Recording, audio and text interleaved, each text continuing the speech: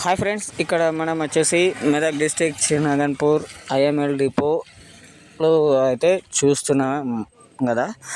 ఇక్కడ మనకు ఇంట్లోకి సరిపడే వస్తువులు అయితే దొరకడం లేదు.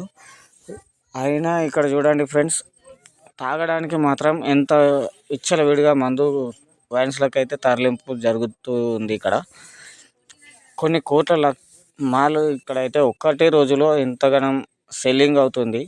ఆ గోదాం ఫుల్ ఉన్నాయి. ఇది ఓన్లీ ఒక్కరోజు అమ్ముడుపోయిన మాల్ మాత్రము.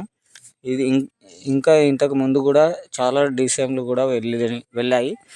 ఓన్లీ ఇప్పుడు మీకు చూపిస్తుంది ఒక గంట క్రితం మాల్ మాత్రమే ఇది.